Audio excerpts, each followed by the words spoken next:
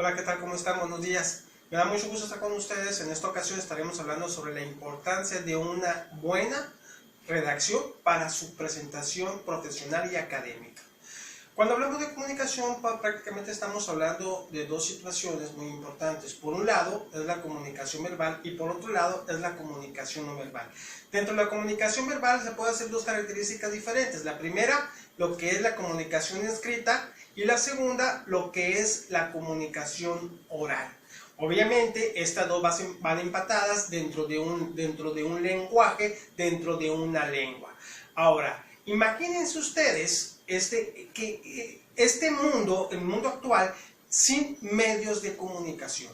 Obviamente tendríamos un gran rezago en la interacción social y esto nos posibilita los medios de comunicación.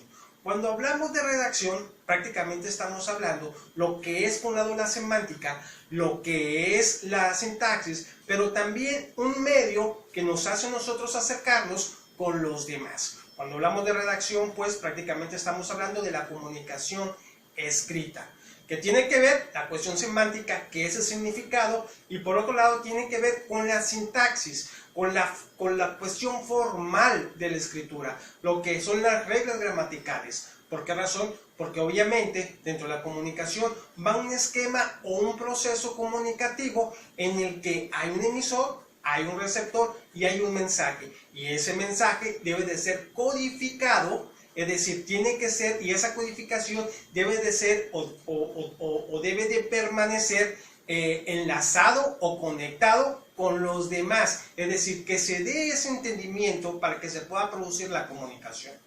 Eso es importante. Entonces, cuando hablamos de sintaxis, estamos hablando de las reglas gramaticales. ¿Cómo debemos, la cuestión formal, cómo debemos escribir correctamente para que las personas nos entiendan?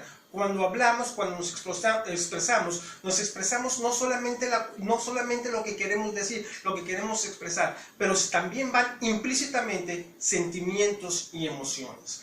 Entonces, dentro de la comunicación escrita debe ser capaz de plasmar esos sentimientos y esas emociones a través, por ejemplo, de reglas de sintaxis, como por ejemplo las comillas, ¿sí?